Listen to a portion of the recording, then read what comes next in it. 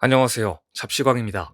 중의원 보궐선거 지원 연설을 하려던 기시다 총리를 노린 사건으로 충격에 빠진 일본은 지금 24살 청년이 대체 어떤 이유로 현직 총리에게 폭발물을 던진 것인가, 그 범행 동기를 밝히는 데 주력하고 있습니다. 와카야마현 경찰은 기무라가 던진 은색 통 형태의 폭발물과 형태가 매우 흡사한 또 다른 물체를 사건 현장에서 확보해 구조와 파괴력 등을 살펴보는 한편 위력 업무방해 혐의로 체포된 용의자 기무라의 자택을 압수수색했고, 기무라가 폭발물을 소지하고 있었던 만큼 그의 자택 인근에 거주하는 주민들에게도 대피 요청을 했습니다. 용의자가 살았던 가와니시는 오사카 북부에 있는 도시로 사건이 발생한 와카야마시 사이카자키 어시장까지 자동차로 1시간 30분 정도 소요됩니다. 용의자는 체포된 후에도 변호사가 오면 얘기하겠다며 묵비권을 행사 중인 것으로 알려졌습니다. 일본 경찰들은 체포 이후 아무것도 알아낼 수 없었습니다. 심지어 용의자의 이름조차 특정하지 못했습니다. 일본 경찰은 압수한 기무라의 소지품에서 발견한 운전 면허증 등으로 그의 이름과 나이, 자택 주소 등을 확인했는데요. 범인의 이름은 소지하고 있던 면허증을 통해 한자로만 발표되었는데, 이 한자는 일반적으로 기무라 류지라고 읽히지만 일본 경찰은 용의자가 묵비권을 행사하고 있어 정확한 발음조차 확인하지 못했다고 밝혔습니다. 이번 사건에서도 신원조회조차 제대로 할 수 없는 디지털 후진국 일본의 현실이 여실히 드러난 것입니다. 한국 같으면 재빨리 용의자의 신상이 파악됐을 테지만 일본은 여전히 면허증에 이름이 적혀 있어도 용의자가 입을 닫으면 정확한 이름을 알 수 없는 시스템을 운영하고 있는 것입니다. 일본도 한국의 주민등록제처럼 국민들을 대상으로 마이넘버 카드 구축을 시도했습니다. 하지만 무려 17조 원을 쓰고도 일본의 마이넘버 카드는 6년째 장롱 카드가 되어 유명무실하다는 비판이 제기되는 실정입니다. 17조 원을 쓰고도 디지털 후진국을 벗어나기가 이렇게 힘들다니 우리로서는 정말 이해하기 힘든 일인데요. 일본에서 한 한국인 기자가 눈이 아파서 도쿄 아자부의 안과 의원을 찾았고 마이넘버 카드를 건네자 일본 간호사가 종이로 된 건강보험증을 달라고 했다는 이야기는 지금도 유명합니다. 어차피 종이로 된 건강보험증을 가지고 다녀야 한다면 마이넘버 카드는 존재의 의미가 없기 때문입니다. 한국의 주민등록증과 비슷한 마이넘버 카드는 국민 개개인을 인증하는 신분증으로 12자리 숫자로 되어 있습니다. 당시 기자는 마이넘버 카드에 건강보험증을 등록해 인증되는 것으로 안다고 말했지만 일본 간호사는 이렇게 말했습니다. 마이넘버 카드를 제시한 환자는 처음 본다. 안 된다. 마이넘버 카드에는 얼굴 사진도 있는 일본 정부가 발행한 신분증이지만 사람들이 장롱 속에 넣어둘 뿐 사용하지 않으니 개인 병원에서는 여전히 종이 건강보험증을 사용하고 있었던 것입니다. 결국 사진 없이 이름만 적힌 종이 건강보험증을 제출하고 나서야 진료를 받을 수 있었다고 하는데요. 마이넘버 카드는 공문서나 회사 서류에 전자서명은커녕 결제 도장을 일일이 찍고 이메일 대신 팩스를 사용하는 아날로그 사회의 벽을 넘기 위해 일본이 마련한 국민 식별 번호 카드였습니다.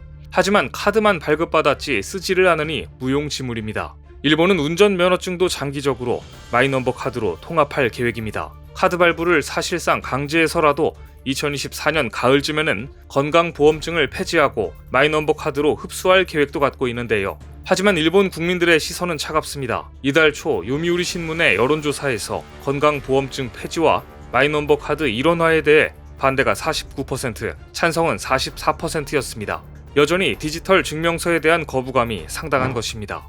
마이넘버 카드의 처참한 사용률을 간과한 기시다 총리는 애플의 팀 쿡 CEO와 회담했을 때도 황당한 부탁을 했습니다. 바로 마이넘버 카드의 기능을 아이폰에 탑재할 수 있도록 해주었으면 한다고 요청한 것입니다. 그 자리에서 거절하기 힘들었던 팀 쿡은 기한을 정하지는 않았지만 해당 내용을 살펴보고 추진하겠다고 언급했습니다. 하지만 당연히 애플은 지금까지도 일본의 요구를 무시하고 있습니다. 이 뉴스에 대해 네티즌들은 다음과 같은 반응을 보였습니다. 지금 일본 공공기관은 종이문화, 도장문화가 아직까지 깊게 남아있어서 주소 변경 하나 하려고 며칠 동안 몇 번이나 왔다 갔다 해야 된다. 거기다 우리나라 민증처럼 통합이 전혀 안 돼 있는 데다가 보급률도 낮아서 자리를 잡지 못하고 있는데 하다 안 되니 애플에게 해결해달라고 요청한 것 같다. 총리가 직접 자국의 신분 증명 시스템을 다른 나라 기업에 요청할 정도면 정말 일본이라는 나라의 IT 시스템이 어느 정도 수준인지 알 수 있는 대목입니다. 다시 기시다 사건으로 돌아와 보겠습니다. 이번 사건은 이상한 점이 한두 가지가 아닙니다.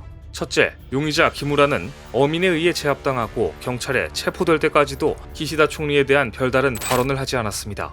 둘째, 기시다 총리는 테러범을 제압해준 어부들에게 감사 전화를 한 뒤 선거 유세를 계속했습니다. 폭발물 투척 당일 오후에도 선거에 앞서 폭력 행위는 절대 용서할 수 없다는 원론적인 이야기만 했을 뿐 아무 일도 없었다는 듯 일정도 예정대로 소화했습니다. 셋째로, 기시다의 선거 지원 연설 일정과 자세한 동선이 이미 공개된 것으로 밝혀졌습니다.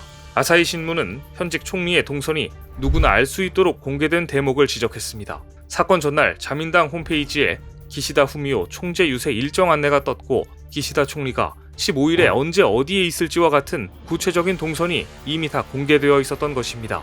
용의자는 이런 공지를 보고 승용차로 약 1시간 반 거리인 현장에 온 것으로 추정됩니다. 문제는 지난해 아베 전 총리에게 총을 쏜 야마가미 데스야도 자민당 홈페이지에서 유세 정보를 파악한 뒤 범행을 저질렀다고 말했다는 점입니다. 그런데 이번에도 기시다 총리의 연설 시간과 장소는 자민당 홈페이지에 공개됐으며 선거 입 후보자도 SNS에 기시다 총리 연설 일정을 올렸습니다.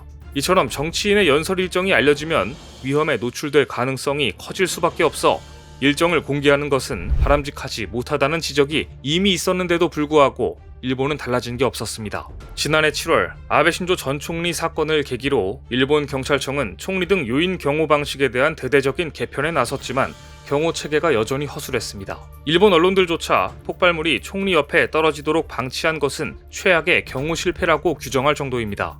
허술한 경호에도 불구하고 최악의 상황을 피할 수 있었던 이유는 불행 중 다행으로 기무라 류지의 범행이 주도 면밀하지 못했기 때문이라는 지적마저 나오는 실정입니다. 총리의 공개된 동선, 허술한 경호, 그리고 용의자의 침묵 등 의혹이 일자 일본 내에서는 기시다 총리가 선거 승리를 위해 벌인 자작극이 아니냐는 이야기까지 나오고 있습니다. 실제로 아베 전 총리 피격 사건 이후 일본 전역에 추모 분위기가 형성되면서 자민당은 질 것 같았던 선거에서 압승을 했습니다. 아베 전 총리의 사망 이틀 뒤인 지난해 7월 10일 자민당은 참의원 선거에서 125석 가운데 76석을 확보해 당초 전망을 뛰어넘는 완승을 거뒀습니다. 따라서 일본 야당은 곤혹스러운 표정입니다. 아베 총격 사건 9개월 뒤인 지금 기시다 사건이 또다시 여당의 완승에 기여하는 게 아니냐는 의구심이 들기 때문입니다. 다가오는 일본의 지방선거는 기초단체장과 지방의원을 선출하는 선거인데 일본 정치권의 관심은 특히 중의원 4명과 참의원 1명을 뽑는 보궐선거에 쏠려 있습니다. 선거 전문가들은 기시다 총리를 노린 것으로 추정되는 폭발물 투척 사건으로 인해 여권 지지층이 더 강하게 결집하게 되었고 중도층의 표심까지 끌어들일 가능성이 높아졌다는 전망을 벌써부터 내놓았습니다. 시라토리 히로시 일본 호세이대 교수는 일본 최대 포털 사이트 야후재팬 뉴스에 이 같은 분위기를 우려하면서 다음과 같이 지적했습니다. 총리에 대한 반론이 있다면 투표로서 정당화해야 한다. 하지만 공교롭게 이번 사건으로 인해 여론은 용의자의 의도와 다른 방향으로 움직이고 있다. 야당이 기시다 총리의 정책을 비판할 수 없는 분위기로 바뀌었다. 과연 이번 사건이 자민당의 선거 압승을 또다시 이끌어낼지 관심이 쏠려 있는 가운데 용의자 기무라가 폭탄을 투척한 이유가 기시다의 세습 정치 때문으로 알려지면서 이번 사건에 대한 의혹의 시선은 더욱더 커질 전망입니다. 오늘 준비한 소식은 여기까지입니다. 댓글을 통한 여러분들의 많은 의견 기다리겠습니다. 시청해주셔서 감사합니다.